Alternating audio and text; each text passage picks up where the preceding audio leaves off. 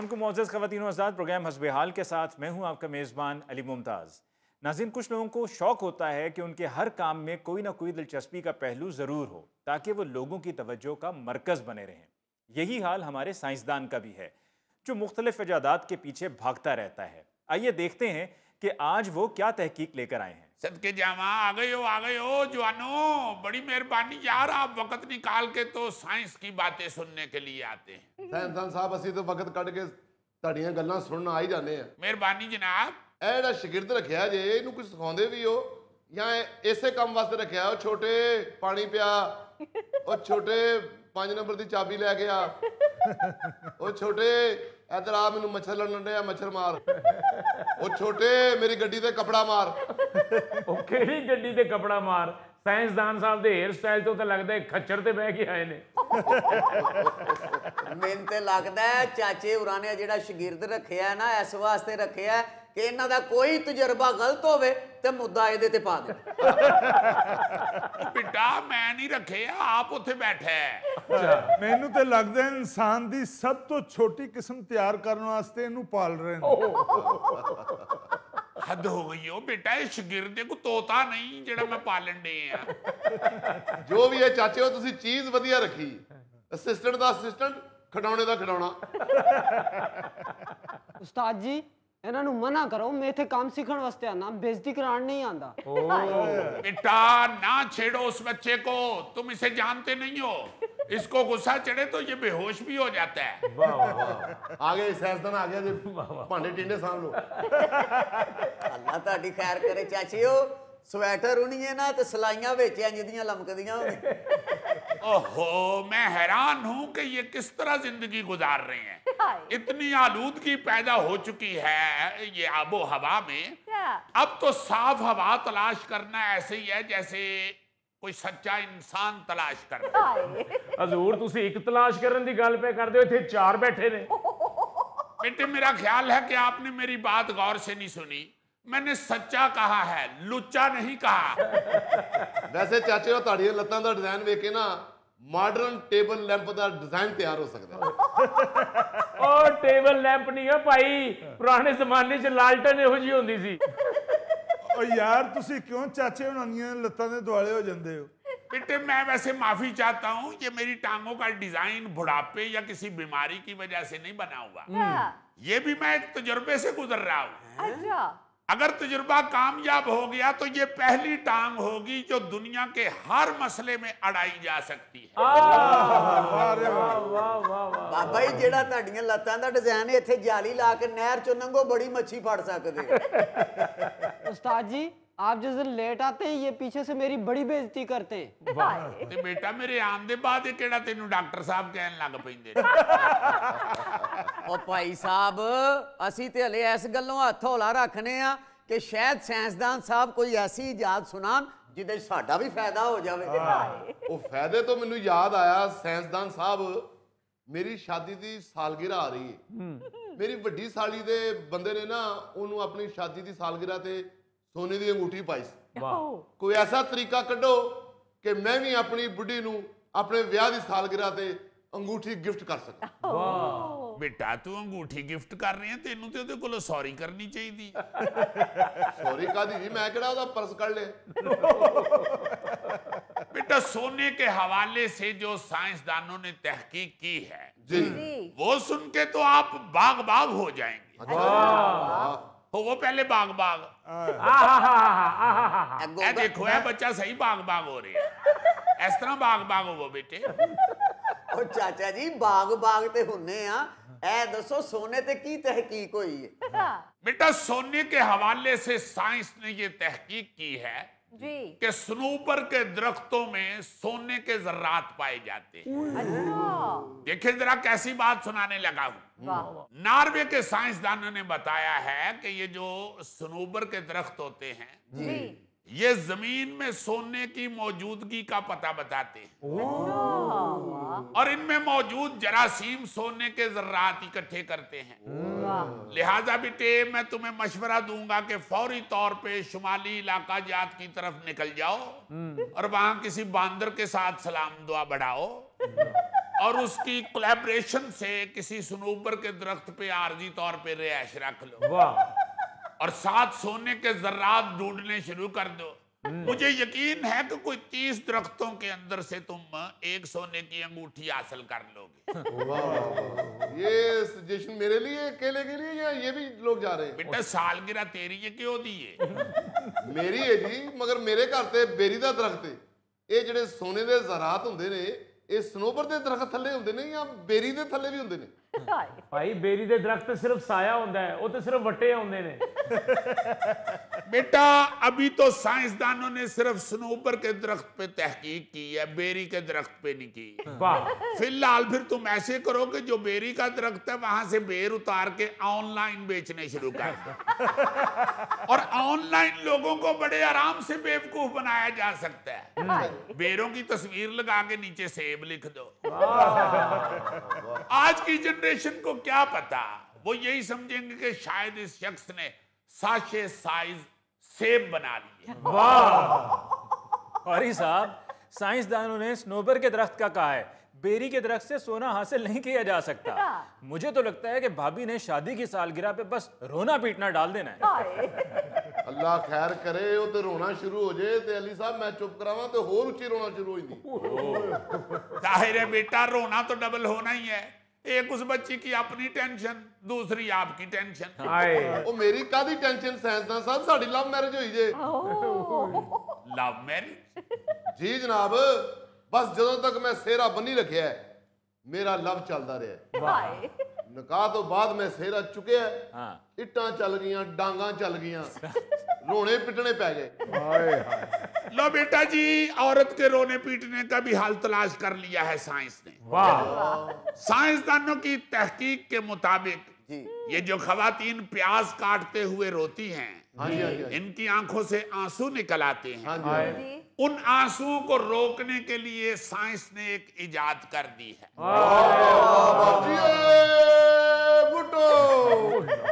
नहीं बेटे, पुट्टो साहब ने एटम बम बनवाया सी। ये रोन पिटन रोकना जिहड़ा है साइंसदाना ने इजाद की। वाह जबरदस्त साइंसदान साहब, ये तो बताइए कि ये कैसे मुमकिन हुआ? जी हाँ बेटा, प्याज काटने वाले को रोना नहीं पड़ेगा। अच्छा। साइंसदानों ने ये तहकीक की है कि जब प्याज काटना शुरू किया जाता है तो प्याज की ऊपर वाली तह में जब छुरी उतरती है जी, तो छुरी के उस दबाव से 11 से लेके तकरीबन 90 मील फी घंटा की रफ्तार से कुछ मादे के कतरे जो हैं वो ऐसे निकलते हैं कि जो रोना निकाल देते हैं। जितनी छुरी कुंद होगी, यानी जिसे कहते हैं ना खुंडी, बेटा तेरे लिए दस रही मैं। जी जी जी, खुंडी छुरी समझना ना? हाँ जी हाँ जी। खुंडी जो छुरी होती है खुंडी ना छुरी जी, जेड़ा नक नहीं वड़ सकती। जी जी जी, वही वही। छुरी जितनी कुंद होगी उतनी ही मादे की स्पीड तेज होगी। अच्छा। लिहाजा सिर्फ बकरे की गर्दन पे फेरने के लिए ही तेज छुरी तलाश नहीं करनी चाहिए, प्याज की गर्दन पे भी फेरने के लिए बड़ी तेज छुरी की तलाश होनी चाहिए। बात समझ रहे हैं? जी जी जी। अगर बारीक और तेज छुरी होगी तो प्याज की ऊपर वाली जिल्द पे ज्यादा दबाव नहीं आएगा। दबाव जितना कम आएगा वो मादा उतना कम बाहर निकलेगा और आंखों में नहीं जाएगा और बंदा रोएगा नहीं। माफ करना साइंसदान साहब, इन्हों अच्छा हाल ते मेरे कोल है, तुसी प्याज नू कट्टो ही ना, मुक्की मार के फेंक के रोटी ते रख के खा लो। बेटा साइंस की ये तहकीक इंसानों के लिए है। तेरे अर्गे नंगर ते छिलके समेत भी प्याज खा जाते ने।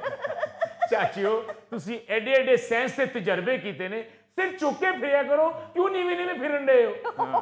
ਓ ਯਾਰ ਭਾ ਥੱਲੇ ਚਾਚੇ ਹੋਰਾਂ ਕੋ ਸਾਈਕਲ ਏ ਤੇ ਇਹਨਾਂ ਨੇ ਪੰਪ ਨਾਲ ਹਵਾ ਕੇ ਤੇ ਭਰੀ ਏ ਤੇ ਕੋਈ ਪੱਠਾ ਖਿੱਚਿਆ ਗਿਆ।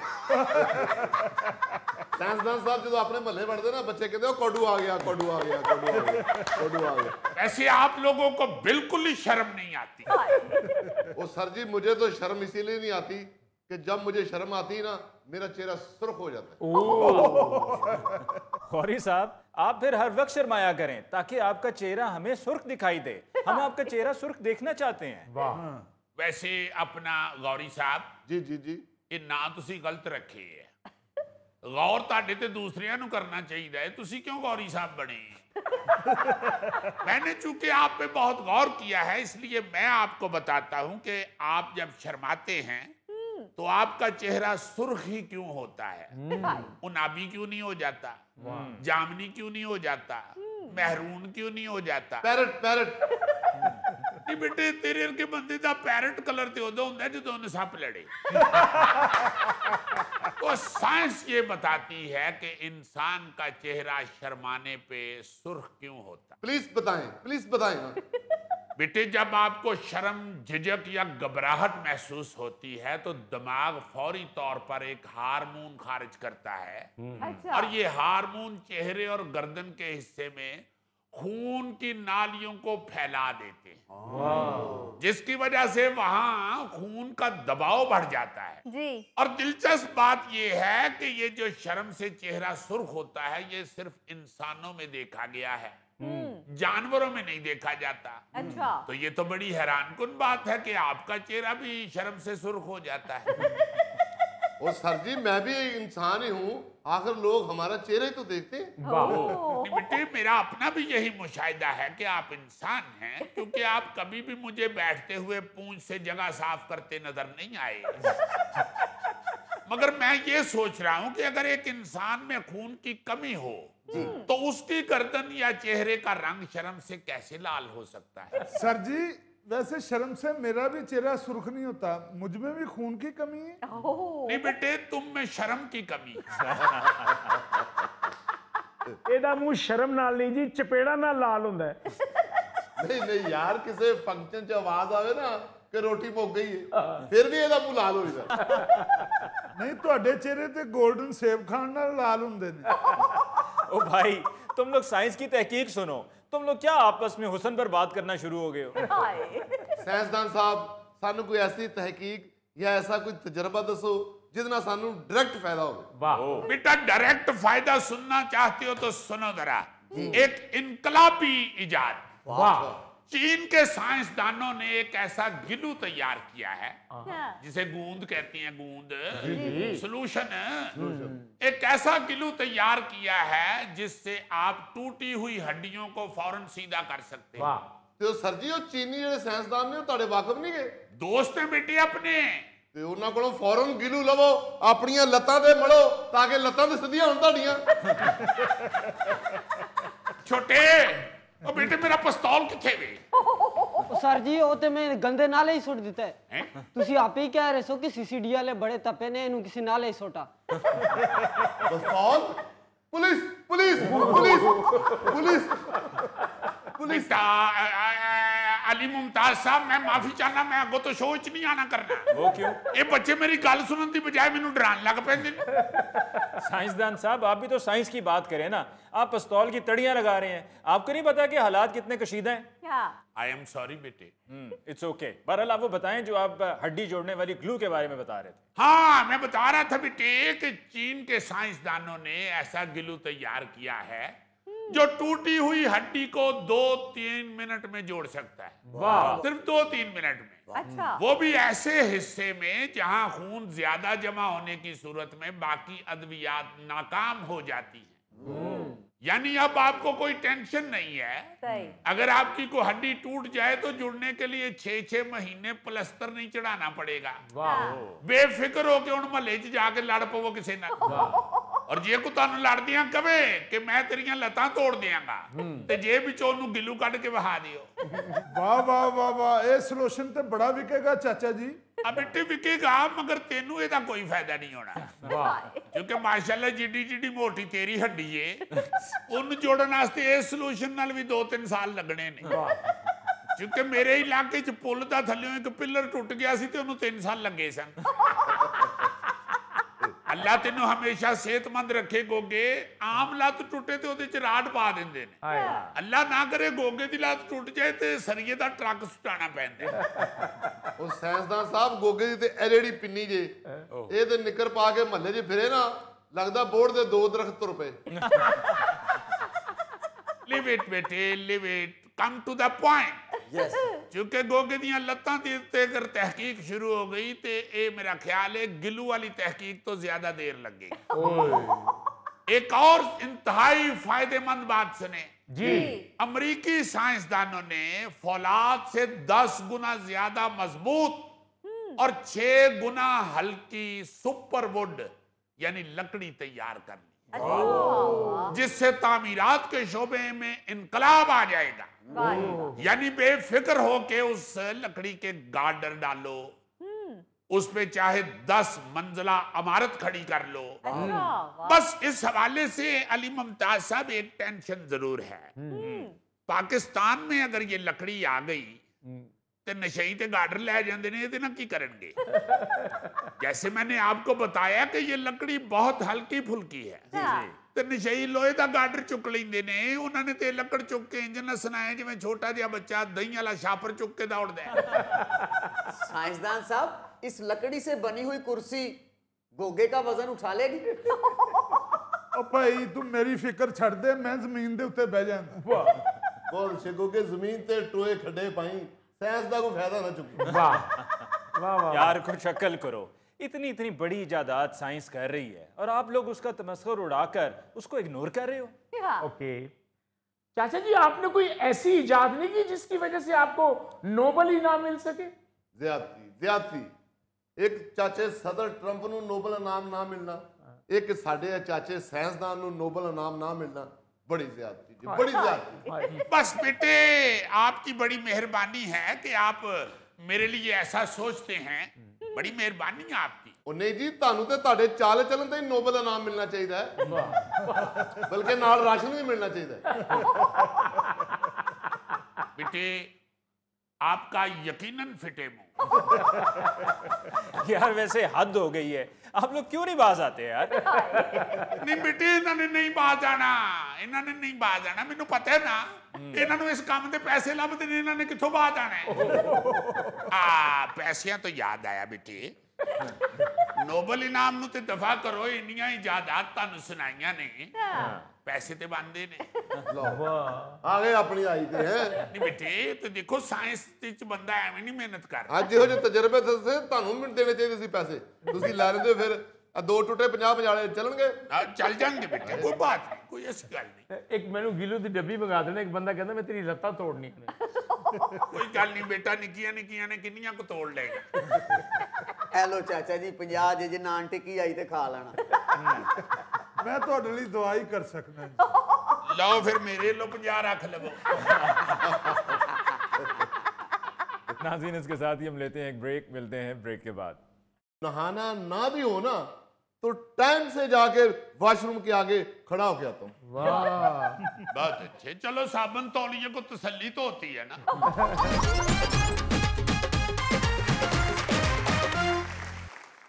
नाज़रीन, पेशी खिदमत है आज का खबरनामा। नायरीन, न्यूज जेम्स बॉन्ड 0092 एक दुखी सी खबर लेके आया। ये खबर ये हमें बताती है कि हमारे अंदर अपनी जाती तौर पे कितनी कुछ जिम्मेदारी रह गई हुई है। खबर कुछ यूं है जी। बलोचिस्तान के वजीर सेहत बख्त मोहम्मद काकड़ ने कहा है कि सूबे में डॉक्टरों की हाजिरी यकीनी बनाने के लिए अस्पतालों में AI कैमरे नस्ब किए जा रहे हैं। यानी कि कैमरे होंगे तो काम होगा। अपनी एहसासे जिम्मेदारी नाम की कोई चीज नहीं। यानी सबसे मुकद्दस पेशा डॉक्टरी माना जाता है, वहां भी हाजिरी यकीनी बनाने के लिए कैमरे लगाने की जरूरत पड़ गई। इसका मतलब हमें ये डर खौफ है ही नहीं कि अल्लाह देख रहा है। हाय हाय हाय। वो हमने खुद से ही तय कर लिया हुआ है कि हम तो बख्शे बख्शाए हैं। असल डर सिर्फ इस चीज का है कि कैमरे की आंख देख रही है। भाई कैमरे की आंख एक ऐसी आंख बन गई है जो वही काम सर अंजाम दे रही है जो कभी मौला बख्श क्लास में देता था।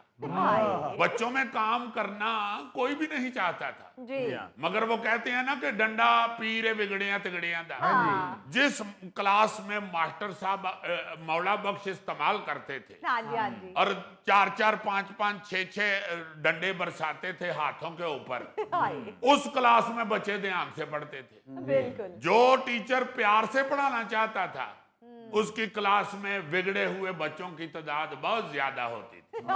इसी तरह अब मुहावरा बदल गया है कैमरा पीर है बिगड़िया तिगड़िया का। लेकिन एक बात सोचने की जरूर है कि टेक्नोलॉजी अच्छी चीज है जी, और इसका इस्तेमाल भी ऐसे ही होना चाहिए। लेकिन ये तो कोई बात ना हुई कि हमारे अंदर एहसास जिम्मेदारी नाम की कोई चीज ही नहीं है। जहां कैमरा वहां एहसास, जहां कैमरे की आंख बंद हुई वहीं हमारे अंदर का वैशी जट बाहर आ जाता है। बिल्कुल सही कह रहे हैं आप अजीजी साहब। हमारी भाभी ने कैमरा फ्रिज के ऊपर लगाया, वरना गोगा उठ के रात को सारी फ्रिज खाली कर देता था। यानी मैं नेशनल लेवल की बात कर रहा हूं तो फिर गोगे के घर जा बड़े। यार शर्म आई है ये पढ़ के कि डॉक्टरी जैसा मुकद्दस पेशा, और यहाँ भी ये हाल है कि कैमरे के बगैर कोई काम करने को तैयार ही नहीं। क्या माजी में लोग सिर्फ कैमरा देख के काम किया करते थे? यार ज़मीर नाम की भी कोई चीज होती है। बिल्कुल। उसे इतना तो नहीं नींद का गोलियों भरा डब्बा खिला देना चाहिए कि एक लम्हे के लिए भी वो जाग कर चाहे एक आंख खोल कर अंगड़ाई लेते हुए ही देख ले। देखे तो सही जी कि हमारे करतूत क्या है जी, हम क्या चन्न चढ़ा रहे हैं। मुझे तो ये डर शुरू हो गया जेम्स बॉन्ड, बीवियां कहीं खामदों के साथ कैमरे ना फिक्स कर दें। वाह, ये कैमरा तेरे ते फिक्स होएगा ही तो तू ठीक होएगा। अच्छा किया भाभी ने फ्रिज के ऊपर कैमरा लगाया। भाभी को चाहिए कि बच्चों को खाना भी कैमरे के नीचे दिया करे। जो तुम बच्चों की बोटियां और कोफ्ते उठा के खाते हो ना, उसका भी कोई बंदोबस्त जरूर होना चाहिए। खैर नाल गोगे होरां दे घर ते कोफ्ता भी फुटबाल दे साइज ਏਡਾ बनदा। और इन्हों दे घर खसखास दे दाने जिन्ना कोफ्ता बनता है। वैसे जेम्स बॉन्ड, ये जो गोगे ने अभी खदशे का इजहार किया है ना, ये हो जाना चाहिए कि खामदों पे भी कैमरे नस्ब हो जाएं। गो कि मैं इसकी तायद नहीं करना चाह रहा था, लेकिन बहरहाल बात ठीक की है उसने। बहुत अच्छे, यानी जेड़े 4 मिनट सुकून के साथ लंघ जाते हैं वो भी अजाब के साथ गुजरे। हर 10 मिनट बाद कॉल आई हो, मैं सब देख रही हूँ, वेले बैठे हुए ना, फिर फेसबुक खोली हुई है, ये किसकी फोटो खोल के देख रहे हो? मोबाइल को साइड पे रखें और काम करें, काम के लिए गए हुए। वाकई यार गोगे, ये जो अभी जेम्स बॉन्ड ने बताया है ना, ये सुनकर तो मैं ये कहने पर मजबूर हूँ कि ये तजवीज़ बड़ी खतरनाक है, इसको अपने पास ही रखो। शुक्र है किसी बात पर तो एंकर हमारे साथ एक पेज पे नजर आया है। शुक्र।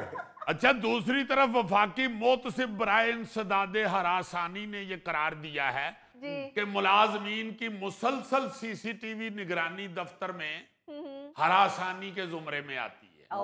भाई मुसीबत यह है कि अगर इंसानों की तरह हम अपनी जिम्मेदारी पूरी करने लग जाएं तो ये हरासानी वाला मामला जो है ये खत्म हो जाए, जन्म ही न ले।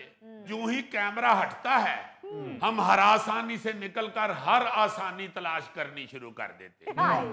टांगे अपनी मेज पे रखते हैं और सिगरेट सुलगा के उंगलियों में पकड़ लेते हैं और साहिल को कहते हैं कि बेटे काम बहुत कर लिया है, मैं थक चुका हूँ, तुम अब मंडे वाले दिन आना, चुके कल पर से छुट्टी है। वो बेचारा पेट रहा होता है कि भाई जी मैं रहीम यार खान तो आया।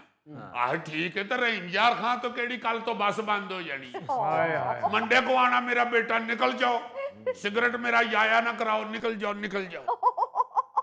जहां जहां कैमरा नस्ब है वहां सब एक सेकंड में बंदे के पुत्र बन जाते हैं। सिर्फ अस्पताल ही नहीं, कोई भी अदारा देख लो, स्कूल कॉलेज देख लो, हत्ता के वार्डन की वर्दी पर जब से कैमरा लगा है जी, ये स्यापा खत्म हो गया है कि हर दूसरे दिन सुनने को मिलता था जी शहरी ने चलान काटने पे वार्डन को गालियां दे दी। चलान काटने या रोकने की वजह से गाड़ी वालों ने वार्डन को दबड़ कोट लगा दी या वार्डन गुस्से में आ गया। दोनों तरफ चेक हो गया ना जी। शहरी 2 लगा के कह देते थे कि जी हमें इसने चलान काटने के साथ माँ बहन की गालियां भी दी। अब हर रोज जो छितरो छितरी होने वाले वाकयात थे वो वाला मसला तो हल हो गया। जहां जहां पे वर्कर के ऊपर चेक है ना जी, सिर्फ वहीं पे काम होता नजर आ रहा होता। आप मोटरवे पे देख लेना, जहां जहां पे सड़क के ऊपर कैमरे नहीं है वहां ट्रैफिक की हालत देख लें, और जहां कैमरे हैं वहां ट्रैफिक देख लें। मोटरवे पे चूंकि कैमरे लगे हुए हैं, कानून की पाबंदी लोग कर रहे हैं, इस्लामाबाद पुलिस ने जब से ड्रोन कैमरों से चालान करने शुरू किए हैं जी ट्रैफिक रूल्स को लोग फॉलो करना शुरू हो गए। हाँ। यहाँ लाहौर में सेफ सिटी वालों ने जब कैमरे शैमरे नस्ब किए हैं और चालान जो हैं वो ई चालान होने शुरू हुए हैं, हाँ जी, हाँ जी। लोगों को थोड़ा सा डर खौफ पैदा हुआ है। हाँ। और अब लोग जहां जहां पे समझते हैं कि कैमरे लगे हुए हैं वहां जरा हाथ हौला रखते हैं। बिल्कुल। जो ही महल्ले गलियां च वड़ते ने फिर की पता नहीं क्या क्या हो रहा होता है। हाय। भाई खुदा के वास्ते कैमरे को छोड़ें, अपने जमीर से पूछें, ये देखें कि अल्लाह देख रहा है। बिल्कुल। अपने जॉब पे, अपने काम पे, अपने गाड़ी में बैठे, अपने मोटरसाइकिल पे बैठे, खुदा के लिए अपने जमीर को जगा के रखें। अजीजी, ये हम लोग ऐसे बात नहीं आएंगे, बहुत ज्यादा कैमरे लगने चाहिए। मुझे तो वैसे भी कैमरे में आने का बहुत शौक है।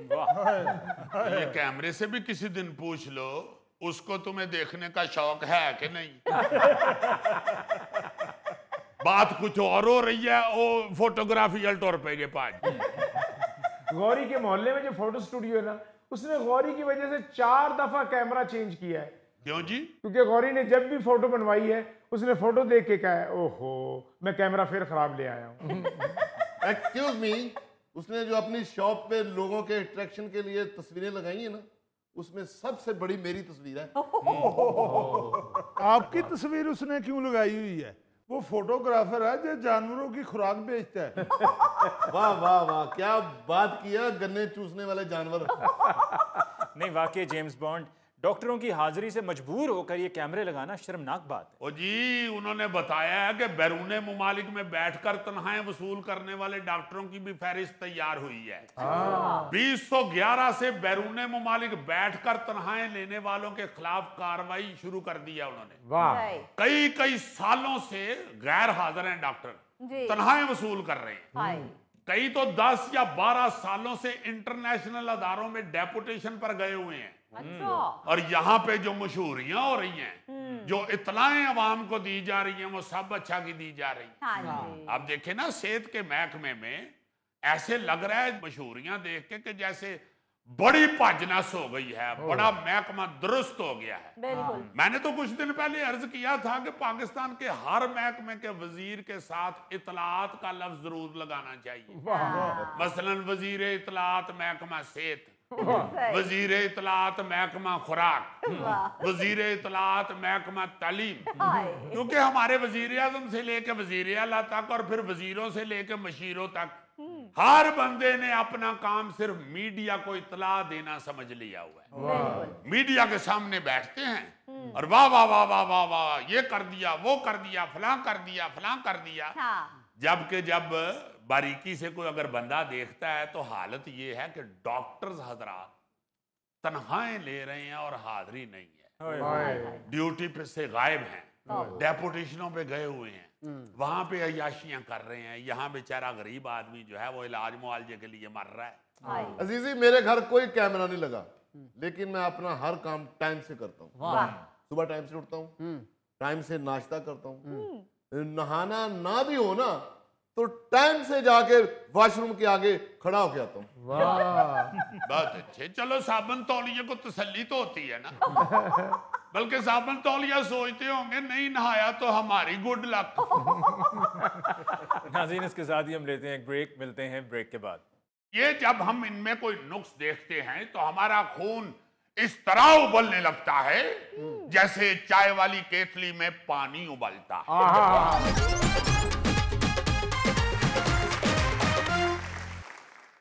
जी नाज़िर मलिक साहब, फरमाइए। अली मियां जी, शायर कहता है टीवी के प्रोग्राम हैं और हम हैं दोस्तों, वाह। बेकार ड्रामे आम हैं और हम हैं दोस्तों। वाह, क्या कहने। बेकार ड्रामे आम हैं और हम हैं दोस्तों। वाह वाह। नाज़िर मलिक साहब, आप हर काम में नुक्स निकालते हैं। आप अपना नाम नाज़िर मलिक छोड़कर नाज़िर नुक्स क्यों नहीं रख लेते? I am sorry, I am sorry, I am sorry. आप मेरी बात पे पहुंच ही नहीं पा रहे। मेरी बात तक पहुंचेंगे तो फिर आपको समझ आएगी। बात ये है मियां, एक मिनट, बात ये है कि जिस चीज की कमी है भाई उसको पूरा कर ले, बजाय कोई गलत रास्ता इख्तियार करने के। जो कमी है उसको पूरा करें। बिल्कुल। अब देखिए जैसे गोगा जी हैं, मैं मिसाल दे रहा हूँ। गोगा जी सर्दियां शुरू होते ही नहाना छोड़ देते हैं, परफ्यूम से गुजारा शुरू कर देते हैं। भाई आप पानी गर्म करने का बंदोबस्त क्यों नहीं कर लेते? आप कोई और मिसाल दें, मेरी तरफ ना आए। मेरा जिस्म मेरी मर्जी। भाई माशाल्लाह जितना जिस्म है ये तो आपकी मर्जी ही हो सकती है। बात ये है जी जो आपने बात की मियाँ, आपने जो बात की आपने कि हर चीज में नुक्स निकाल देते हैं, वो भी यही कहती थी। जी हाँ, फिर हमने उनको समझाया कि देखिए आप समझती हैं कि आप हमारी पहली मोहब्बत हैं। नहीं, हमारी आपसे भी जो पहले मोहब्बत है वो टेलीविजन है, वो फिल्म है, वो थिएटर है। इसलिए जब हम इनमें कोई नुक्स देखते हैं तो हमारा खून इस तरह उबलने लगता है जैसे चाय वाली केतली में पानी उबलता है। आपने जितनी बड़ी ऐनक लगाई है ये नुक्स बहुत अच्छा देखती होगी। अरे मियाँ ये तो हमने आपके लिए ही लगाई थी, क्योंकि बाकी सब तो नजर आते हैं मगर नुक्ता नहीं देख पाते हैं।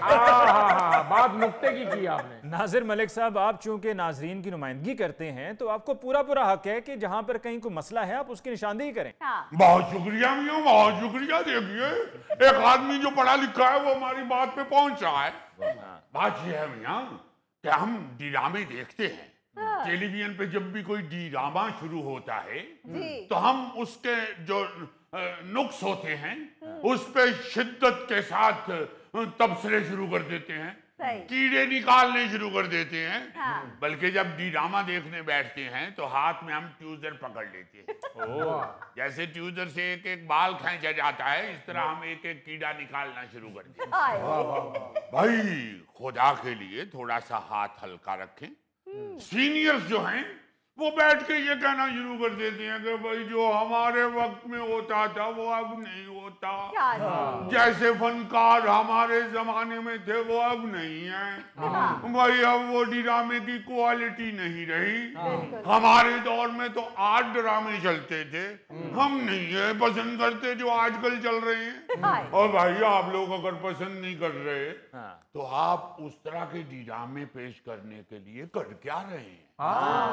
ये भी तो देखिए कि जब आपका दौर था तो उस वक्त टेलीविजन के ऊपर एक जो ड्रामा चलता था हफ्तावार, उसके लिए आपको कैसे असातिज़ा मिले हुए थे, सिखाने वाले कैसे कैसे बड़े लोग थे, डायरेक्टर से लेके राइटर तक, राइटर से लेके कैमरा डायरेक्टर तक, कैमरा डायरेक्टर से लेके लाइटमैन तक, हर आदमी जो है वो सिखाने वाला होता है। और सब मिलके जब एक्टर को सिखाते थे तो एक्टर की क्वालिटी जो है वैसी शानदार हो जाती थी कि लोग वाह वाह वाह वाह कहना शुरू हो जाते थे। हमें भी याद है जब हम भी बचपन में, वैसे तो अब भी लड़कपन ही है, मगर जब हम बचपन या लड़कपन में ड्रामे देखते थे अली मियाँ, तो उस वक्त ड्रामे की क्वालिटी वाकई अच्छी होती थी, मगर उसमें सारे लोग जोर लगा रहे होते और पढ़े लिखे लोग थे, बीच में बहुत सारे सीख के आए हुए लोग थे। हमें बड़ी अच्छी तरह याद है टेलीविजन का जो सबसे बड़ा नाम था डायरेक्शन में, यावर हयात साहब, भाई अमेरिका से पढ़ के आए थे, फिल्म ड्रामा अमेरिका से पढ़ के आए थे। हाँ, और जो करने वाले लोग थे उनमें भी ऐसे ऐसे शानदार एक्टर, सलमान शाहिद साहब, अभी जो आप देखते हैं जब भी कहीं कैमरे के आगे खड़े होते हैं कैमरे के पसीने निकल आते हैं, ऐसी शानदार एक्टिंग कर रहे होते हैं, लोग शर्मदर रह जाते हैं कि ये एक्टिंग ही हो रही है या वाकई असल है। वो इसलिए कि उन्होंने एक्टिंग को पढ़ा, ड्रामे को पढ़ा। आपको मालूम है सलमान शाहिद साहब आपके पाकिस्तान के वाहिद आर्टिस्ट हैं जिन्होंने 6 साल की थिएटर की डिग्री हासिल की हुई है। क्या बात भाई आप इतने सारे लोग नकाइस निकालने के लिए बैठे हुए हैं, आप में से कौन ऐसी जुर्रत कर रहा है या हिम्मत कर रहा है या वक्त निकाल रहा है कि जूनियर्स को सिखाने का कोई बंदोबस्त करे? अव्वल तो देखिए आप दूसरे ममालिक में जिनको देख के तो सड़कुड़ रहे होते हैं, सड़कुड़ तो समझ ही देते होंगे आप। जी। सरकुड़ का पता है उनको, धुप सड़ी में रहते हैं। अरे मियां, बात ये है कि आप जिन ममालिक के एक्टर्स को देखते हैं, जिनकी फिल्म या ड्रामे को देख के वाह कर उठते हैं, और आप ये सोचते हैं कि हमारे मुल्क के अंदर क्यों नहीं उमर शरीफ और रॉबर्ट विलियम्स या अल पचीनो पैदा हो गए, मार्लन ब्रांडो इधर क्यों नहीं आ गया, यहाँ पे क्यों नहीं पैदा हो सका। अरे मियां, आप ये भी तो देखिए कि वहां पे एक्टिंग सिखाने वाले, फिल्म मेकिंग सिखाने वाले कितने कितने बड़े कॉलेजेस हैं, इंस्टीट्यूट हैं। उन इंस्टीट्यूट से जो फारिग होके बाहर आती हैं तो आधा काम तो उनका पहले ही तैयार होता है। यहाँ बैठ के बस यही कहा जाता है कि अदाकारी जो है वो तो सिर्फ अल्लाह की देन होती है।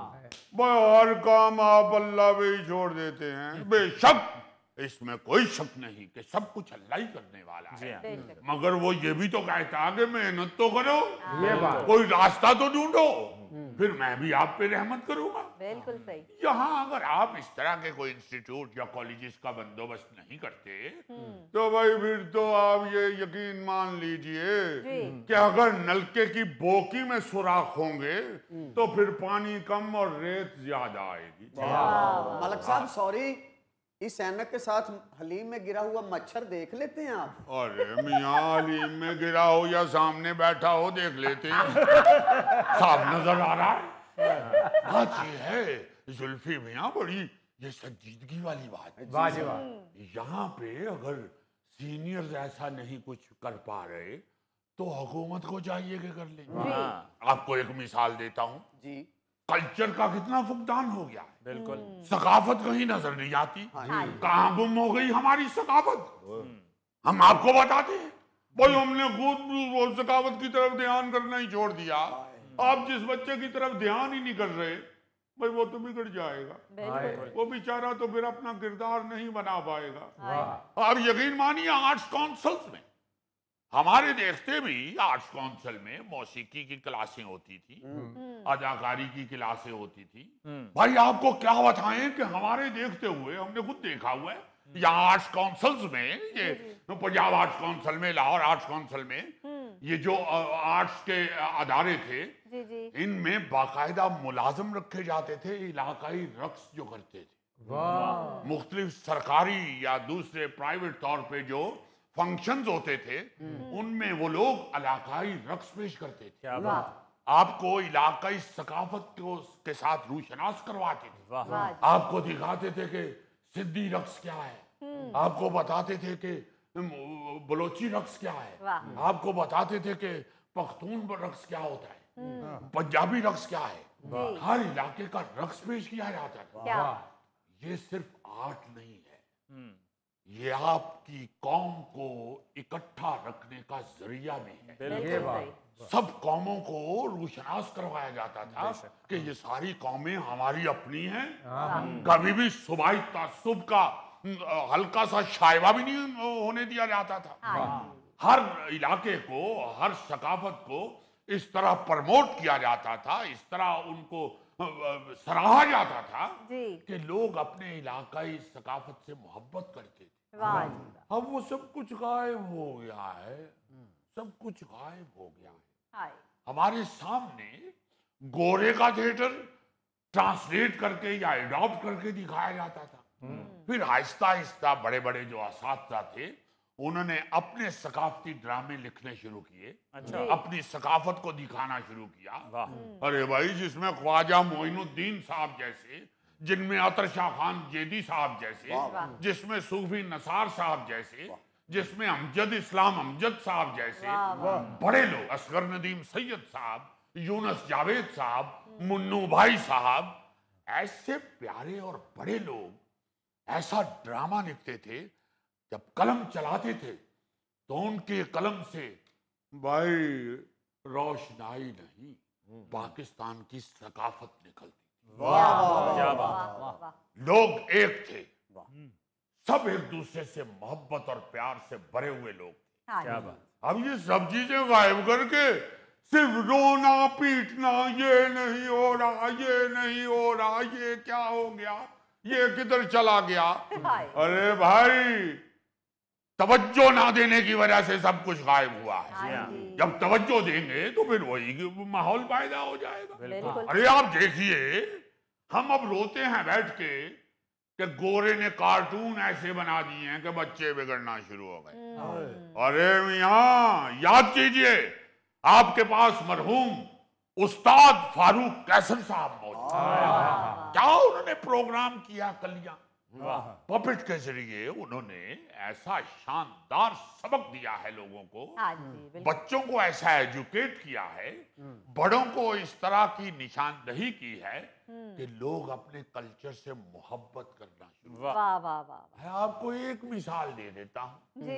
हजारों शायर आपको नजर आते हैं अब कलाम पढ़ते हुए, शायरी पढ़ते हुए, शेर सुनाते हुए, कॉलेजों में, यूनिवर्सिटियों में, मुख्तलिफ महफिलों में शेर पढ़ते हुए नजर आते हैं।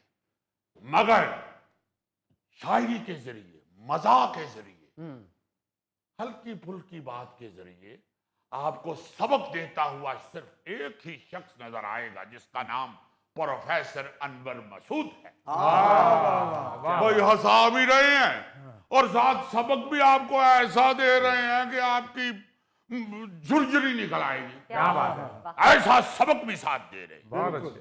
भाई इतनी मशहूर उनकी नज्म, बने लेन जांदियो बने लेके आंदियो, पांदियो ते पांदी नहीं, लांदियो ते लांदी नहीं, ले जाए ते दूजी बारी पान जोगी रेंदी नहीं।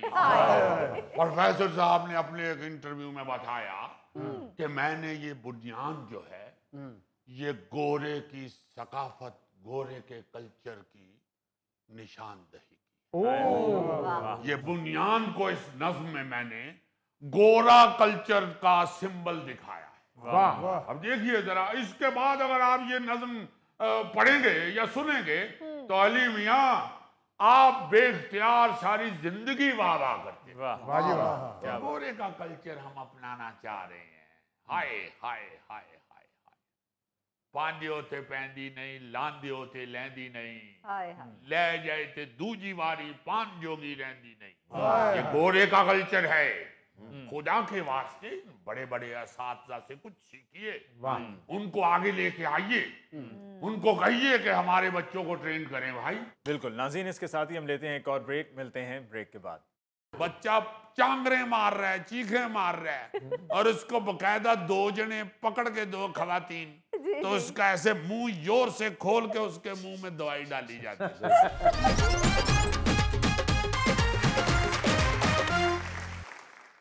अच्छा यार, अब सर्दियों का मौसम शुरू हुआ है। हाँ जी। तो मैं यादें माजी में खो जाता हूँ। अच्छा। जब हमारे बचपन में सर्दियां शुरू होती थी ना जी, तो घरों के सारे सीन ही बदल जाते थे।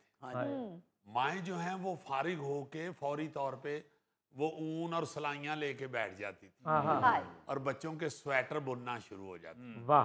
धड़ाधड़ी इन 10-12 दिनों में इतना ज्यादा ये स्वेटर बुना जाता था और जुराबें बुनी जाती थी और टोपियां बुनी जाती थी, ऊन की टोपियां, बुजुर्गों के लिए भी और बच्चों के लिए भी। अच्छा। सारा जो मंजर है ना जी घर का, वो एकदम बदल जाता था सर्दियां आने से चंद दिन पहले। रजाइयां नगंदी जा रही हैं और रुई पेंजे पे जा रही हैं, पेंजा जाके रुई को दोबारा पेंज के रजाइयों में भर रहा है, फिर वो भरी हुई रजाइयां वापस आ रही हैं। थैले का कद छोटा था, सर पे रजाइयां रखी, इतनी अच्छा लगता था ये वो घर ला के, वो दरी बिछा के, चादर कोई बिछा के, उसके ऊपर रजाई सारी डाल के खोल के, तो 2-3 खवातीन बैठ के उसे सिलाई करनी शुरू कर देती। क्या मंजर होता था, क्या मंजर होता था। अब सारा कुछ बदल गया है। बाजार से सारा कुछ ला के पहनावा बच्चों का, बुजुर्गों का, वो उनको पहना दिया जाता है। बिल्कुल। मेरा ख्याल है शायद इसीलिए जो मोहब्बत है एक दूसरे के साथ वो कम हो गई, कम हो गई। सही। वो मोहब्बत ही नहीं रही खानदानों के अंदर, फैमिलियों के अंदर एक दूसरे के साथ वो मोहब्बत नहीं रही जो उस वक्त नजर आती थी। अच्छा, फिर मैं देखता हूँ कि सर्दियों में खाने पीने के हवाले से बहुत कुछ बनता था। बच्चों की सेहत के हवाले से बहुत चीजें तैयार की जाती थी घरों में। जी जी बुजुर्गों को सर्दी से बचाने के लिए बहुत सी चीजें घरों में तैयार की जाती वाह पंजीरियां बनती थी, मुख्तलिफ किस्म के हलवे बनते थे, दाल बनती है, दाल बनती थी, अलसी की पिन्नियां बनती थी। अलसी की पिन्नियां बनती थी जो सारी गोगा खा जाता था। बुजुर्ग बेचारे उथे ही कमंडे होंदे सन।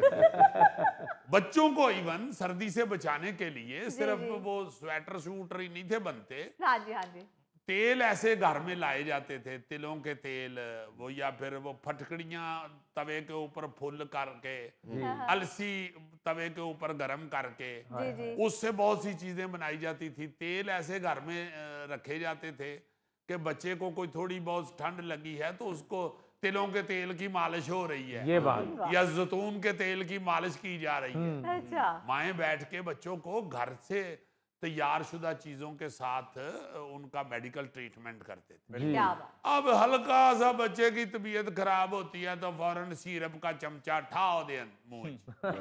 और तो उन सिरप भी मिठे आ गए। आपको ये याद, किसी को भी नहीं याद होगा, गौरी को और गोगे को और अपना थैले को याद होगा कि बचपन में ना जी दुआएं कड़वी होती थी। बच्चों को दवाई पिलाना एक स्यापा होता था। बच्चा चांगरे मार रहा है, चीखे मार रहा है, और उसको बकायदा दो जने पकड़ के, दो खवातीन, तो उसका ऐसे मुंह जोर से खोल के उसके मुंह में दवाई डाली जाती है। अब तो दवाएं इतनी मीठी मीठी, सिरप इतने मीठे आ गए हैं, बल्कि फ्लेवर वाले बच्चे बड़े मजे ले लेके तो वो पी लेते हैं। और पुरानी दवाई कड़वी होती थी, बाज माएं उसमें चीनी थोड़ी सी डाल के तो फिर बच्चे को पिलाती है। बिल्कुल ठीक बात है, बिल्कुल सही बात। अब दवाई भी चूंकि बच्चे भी आराम से पी लेते हैं, हाँ जी माएं भी आराम से खरीद लेती हैं, मंगवा लेती हैं। सही वो सारा तरद्दुद जो होता था ना जी घर में देसी टोटकों से बच्चे को सेहतमंद रखने का या उसकी बीमारी दूर करने का, हाँ जी वो सारा खत्म हो गया हुआ है। अब वो बाजार से ला के दवाई पिला देते। नज़ले खांसी के लिए स्पेशल जुशांदा बनाया जाता था। जी शहद चिटा दिया जाता था। हाँ, बहुत सारी चीजें होती थी। जब बच्चों को सर्दी लग जाती थी तो उसको देसी अंडे की जर्दी दे देते थे। हाँ, मुख्तलिफ खुराक के साथ ही बच्चों को ट्रीट किया जाता था। सही अब सिर्फ दुआएं जो हैं ये एक यही नहीं है कि ये जदीद जरिया इलाज है यार, इसके नुकसानात भी देखने चाहिए। साइड इफेक्ट्स इसके बहुत ज्यादा हैं, डॉक्टर्स खुद कहते हैं डॉक्टर, वो खुराक का कोई साइड इफेक्ट नहीं होता था। हाँ जी वो बच्चे को तंदुरुस्त भी कर देता था और कोई दूसरी बीमारी से बच्चा बचा रहता था। हाँ जी अब दवाइयां पिला पिला के छोटे से मासूम बच्चों को सारी जिंदगी दवाइयों पे लगा देते हैं। एक बीमारी ठीक होती है, दूसरी लग जाती है, दूसरी ठीक होती है, तीसरी लग जाती है। और दूसरी तरफ बुजुर्गों का भी यही हाल है जी। बुजुर्गों को भी दवाइयां खिला खिला के उनकी मत मार देते हैं। वो भी बेचारे एक बीमारी से निकलते हैं तो दूसरी में मुब्तला हो जाते हैं। लेकिन अजीजी, अब आज के दौर में बीमारियां भी तो और तरह की हमें सामने देखने को मिलती है ना। उस दौर में शायद बीमारियां उस तरह की नहीं होती थी। अब आप देखें कि मौसम बदल रहा है, स्मोक का इशू, स्मोक के बाद कोई और, पहले डेंगू था, फिर स्मोक, और फिर आगे कोई और मसला। ठीक है आपकी बात बिल्कुल, मगर मैं समझता हूं कि हर बीमारी का इलाज ना जी देसी तरीके से भी मौजूद होता है अगर उसे शुरू से ही पकड़ लिया जाए। हाँ, जब बीमारी बहुत बढ़ जाती है, अल्लाह ना करे वो खतरनाक हालत तक पहुंच जाती है, फिर ग़िज़ा ज़ाहिर है नहीं असर करती। ग़िज़ा में तो जो जुज़ है दवाई का वो कम पाया जाता है ना जी। तो डायरेक्ट वो सारे जुज़ियात निकाल के उसकी मेडिसिन बना लेना वो और चीज़ है, वो जाहिर है जल्दी उसका असर होता है। मगर आप ये देखें कि शुरू से ही बच्चों को हल्का सा जुकाम होता था तो फौरी तौर पे कुछ ना कुछ ऐसा खिला दिया जाता था, जैसे गोगा बता रहा है, देसी अंडा के को जर्दी जुर्दी ये वो, या कोई ऐसी चीजें फौरी खिला के उसको ठीक कर लिया जाता। अब जब बहुत बिगड़ जाता है तो फिर जाहिर है दवाई ही है। दवाई जाहिर है ठीक भी करती है मगर खतरनाक भी है। बिल्कुल आपका इम्यून सिस्टम खराब कर देती। खुराक की वजह से आपका इम्यून सिस्टम ठीक रहता है।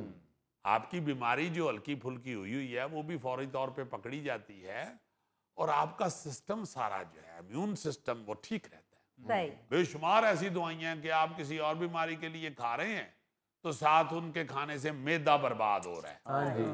कई ऐसी दवाइयां हैं जो आप हार्ट के लिए खा रहे हैं, हाँ जी। साथ आपके गुर्दे खराब हो रहे हैं। हाय तो ये चीजें जो हैं ये तो हैं, डॉक्टर्स खुद बताते हैं। अजीजी साहब, जब बच्चों को पेट के कीड़ों का कोई मसला होता था तो घर वाले उसको आड़ू खिलाते थे। ए गोगे नु कीड़ियां दा मसला होया ते इन्हां दे घर वाले स्पेरा बुला ले। बिल्कुल बिल्कुल, फिर गोगा गांदा फिरता सी, स्पेरों से मैं बचती रहूं। यार इंतहाई फजूल बात कर रहे हैं आप। गोगा तो नरमो नाजुक सा बच्चा होता था। ऐसा सेंसिटिव ऐसा सेंसिटिव के सराना चाह च डोब के खा गए। वाकई बहुत सारी चीजें जो हैं वो देसी खिला पिला के तो बच्चे को या बुजुर्ग को ठीक कर लिया ठीक जाता है है। हाँ जी अब वैसा नहीं होता, अब शॉर्टकट बिल्कुल और इलाज हो जाता है जी। हाँ जी यार कौन सा वक्त बचा रहे हैं भाई। अच्छा ये जरूरी नहीं था होता कि कोई बीमार ही हो, बुजुर्ग या बच्चा, तो फिर ही उसको खुराक के जरिए उसका इलाज किया जाए। हाँ जी मौसम के हिसाब से खुराक खुद ही बदली जाती थी। ठीक तंदुरुस्त लोग भी जो हैं वो भी ऐसी ऐसी चीजें खानी शुरू हो जाते थे कि भाई सर्दी का मौसम आ गया है हाँ जी तो अब इससे बचना है। बचना है तो बिल्कुल यखनी घर में बननी शुरू हो जाती थी, मुझे याद है सही लाजमन हर घर में यखनी बननी शुरू हो जाती थी। जैसे गर्मियां आती थी तो मुझे याद है कि निम कोटनी शुरू कर देते थे घरों में कि गर्मियों में फिंसियां फोड़े शोड़े निकलते थे बच्चों को, जी जी तो वो निम पिलाने से ठीक हो जाते थे बच्चे। जी तो ये छोटी छोटी चीजें जो है ना जी मौसम के हिसाब से घरों में आनी शुरू हो जाती थी। हाँ जी जरूरी नहीं है कि बीमारी की वजह से ही आए, सही भाई फल बदल जाते थे। ऐसे अल्लाह ताला भी बदल देता है, हर मौसम का फल जो है वो आपको उस मौसम के लिए फायदा देता है। फायदा देता है बिल्कुल मगर अब उनकी तरफ ध्यान नहीं रहा हुआ। अब दवाई ठीक है। हाँ जी। बिल्कुल। नाज़रीन, इसके साथ ही आज के प्रोग्राम हस्बे हाल का वक्त खत्म हुआ चाहता है। अपने मेज़बान अली मुमताज़ को दीजिए इजाज़त। अल्लाह ने के बाद।